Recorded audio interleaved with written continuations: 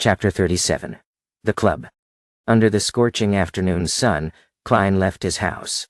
Since he had to walk all the way from Iron Cross Street to Welch's place, he wore a linen shirt instead of his formal attire of top hat and leather boots.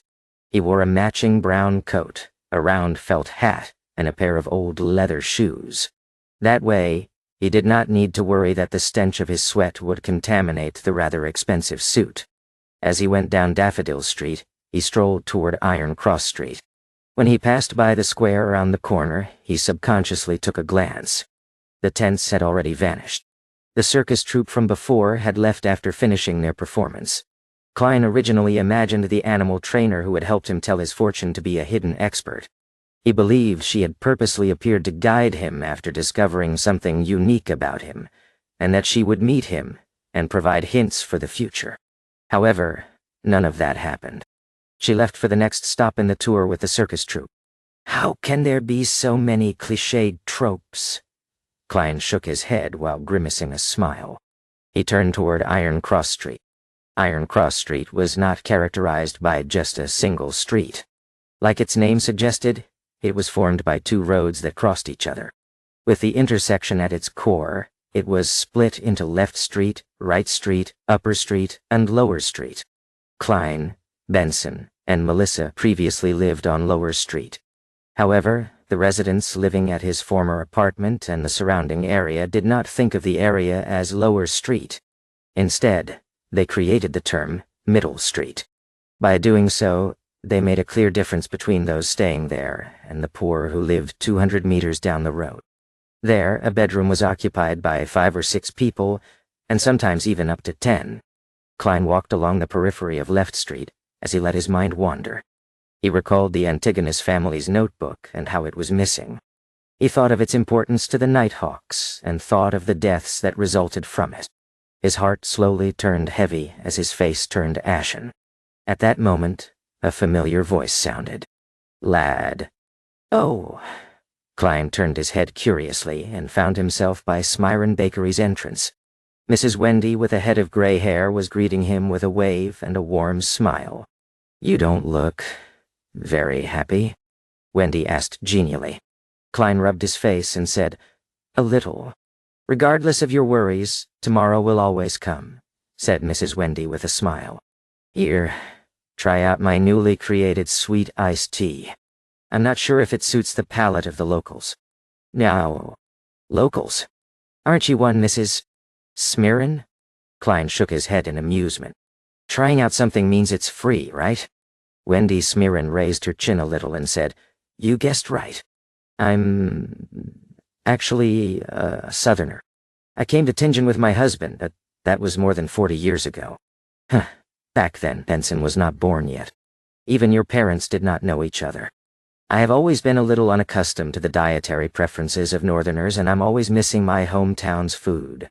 I miss pork sausages, potato bread, roasted pancakes, vegetables fried in lard, and roasted meat with specialty sauces. Oh, and I also miss sweet iced tea."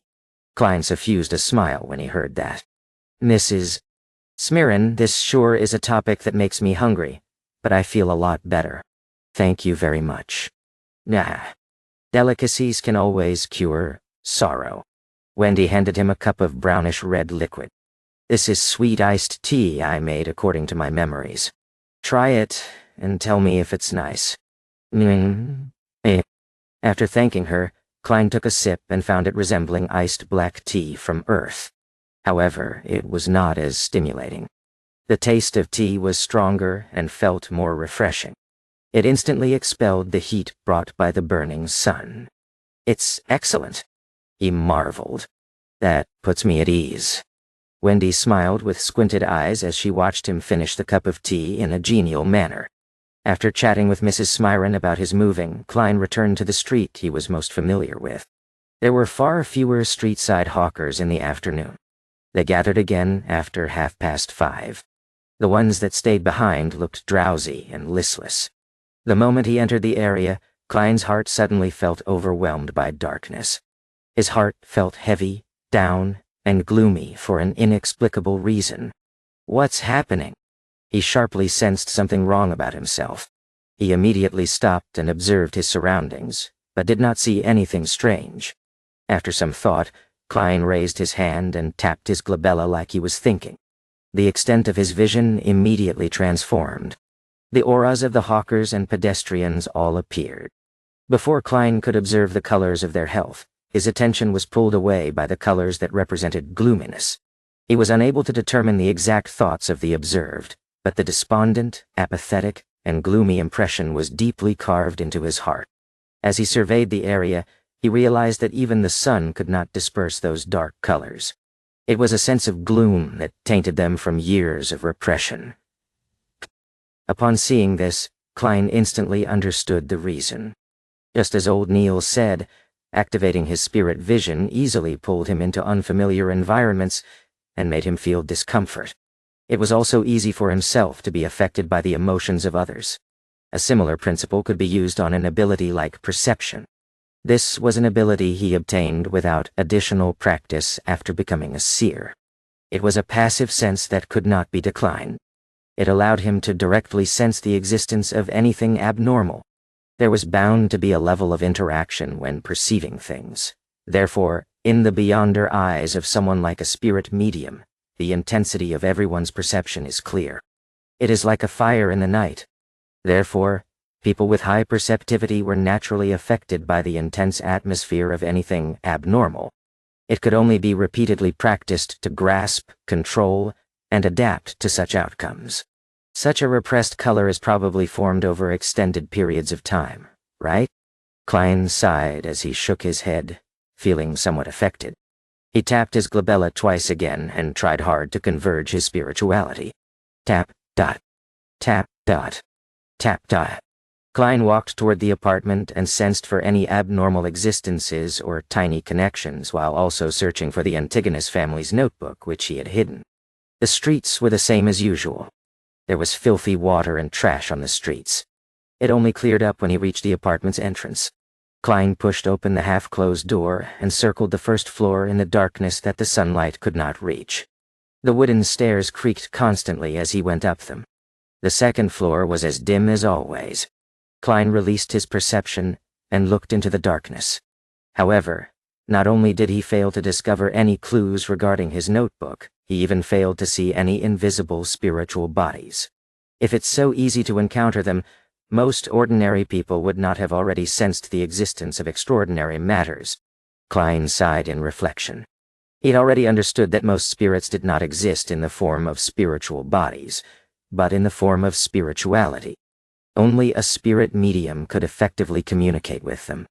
After circling the third floor once, Klein left the apartment and retraced his memory's footsteps towards Welch's place. He walked for a full hour but did not discover anything along the way. Standing outside the gardened bungalow, Klein looked at the building through the locked iron gates and mumbled to himself, "There's no need for me to search Welch's place, right? Captain and Madam Daly must have done a carpet search of the place. Besides, I don't have the key. They can't expect me to climb the walls, right? I'll try another path tomorrow. I've walked so much today, but there are no step counter rankings." While lampooning, Klein returned to the nearby district. He planned on taking a public carriage to Blackthorn Security Company to retrieve his daily allocation of 30 bullets. He needed to make use of his time and practice. A seer's lack of quick and effective offensive means could only be made up with his revolver and cane. The district around Welch's place was relatively clean. Shops with clean and bright windows lined the two sides of the street. At the turn of the street, Klein was just about to seek out the carriage stop when his gaze swept past a few signboards on the second floor. Harrod's Department Store, Military Veterans, Mess, Divination Club, Divination Club. Klein silently repeated the name and recalled that he had to act as a seer. Yes, I should take a look and seek out new ideas. Amid his mixed thoughts, Klein went across the street and went to the second floor. He entered the main foyer to see a beautiful female attendant. The woman with coiled brownish-yellow hair sized up Klein before saying with a smile, "Sir, do you wish to have your fortune told, or do you wish to join our club? What are the conditions for entry?" asked Klein casually. The woman explained with great familiarity. Fill in your particulars and pay an annual membership fee. The first year is £5 and subsequent years will be £1 a year. Don't worry, we are not like political or business clubs which allow entry through recommendations from formal members. Members can freely use the club's meeting room and various divination rooms and tools. They can enjoy the coffee and tea we provide and read the newspapers and magazines we subscribe for free. They can buy lunch, dinner, and alcoholic beverages at cost price, as well as education materials and materials needed for divination. In addition, we invite at least one famous fortune teller to lecture every month to answer any questions. Most importantly, you can find a bunch of friends with the same hobbies and have an exchange with them.